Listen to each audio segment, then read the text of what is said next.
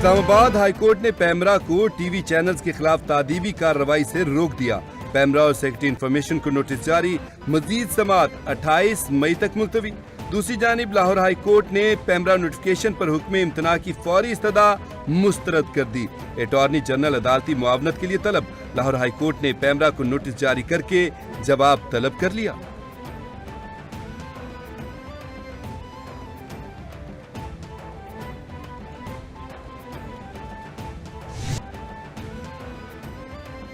سرکاری اراضی کا غیر قانونی استعمال، سی ڈی اے نے تحریک انصاف کے مرکزی دفتر کو سیل کر دیا۔ اسلام آباد میں سی ڈی اے نے غیر قانونی تعمیرات کو بھی گرا دیا۔ مزاحمت کرنے پر پی ٹی آئی رہنما عامر مغل کو گرفتار کر کے مقدمات درج کر لیا۔ تحریک انصاف کے دفتر کو سیل کرنے کا حکم نامہ چسپاں کر دیا۔ مذکورہ پلاٹ سرتاج علی نامی شخص کو الاٹ، ملحقہ اراضی پر قبضہ کر کے بڑے پیمانے پر تجاوزات قائم کی گئیں۔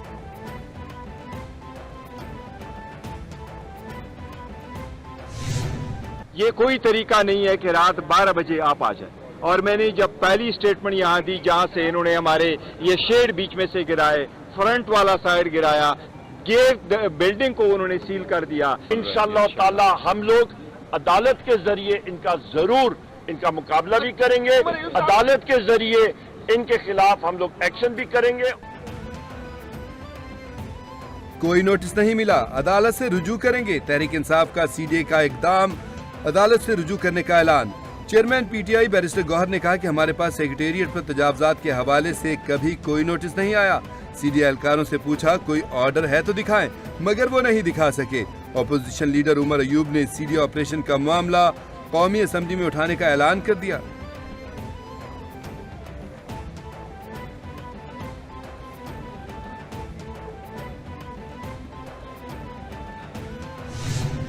کل رات کے اندھیرے میں دیکھیں، جب آپ کوئی غلط کام کرتے ہیں تو آپ وہ رات کے اندھیرے میں کرتے ہیں۔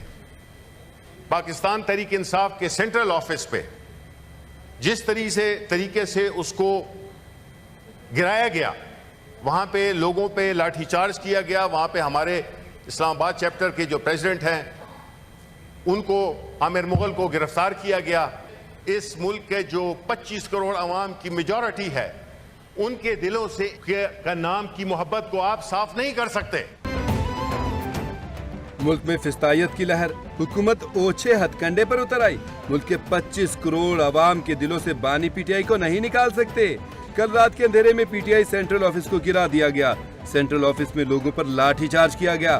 ہمارے لیڈر عامر مغل سمیت متعدد کارکنوں کو گرفتار کیا۔ آپ جو بھی ظلم و ستم کر لیں یہ سب لکھا جائے گا۔ سینیٹر شبلی فراز کا سینٹ میں اظہار خیال۔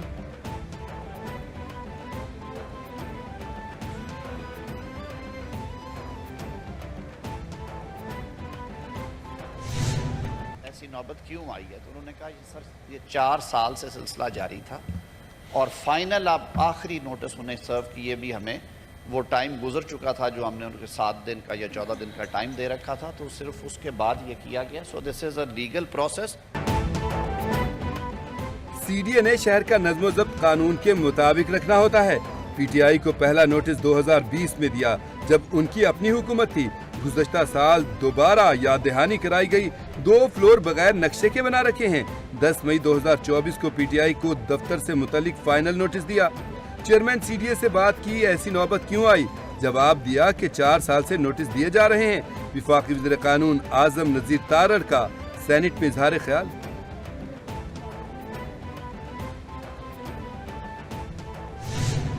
قرض پروگرام کے لیے پاکستان اور آئی ایم ایف کے مذاکرات ختم۔ Mission chief I M F Nathan Porter نے بیان میں کہا پاکستان کے ساتھ 13 سے 23 مئی تک مذاکرات ہوئے۔ پاکستانی معیشت کی بہتری کے لیے طویل مذاکرات کیے۔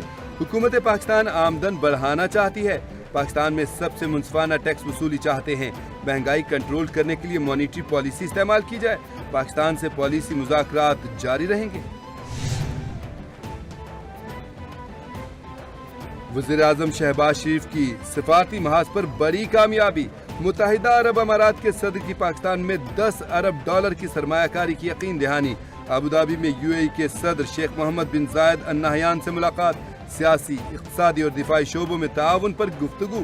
وزیر اعظم کی طرف سے آئی ٹی،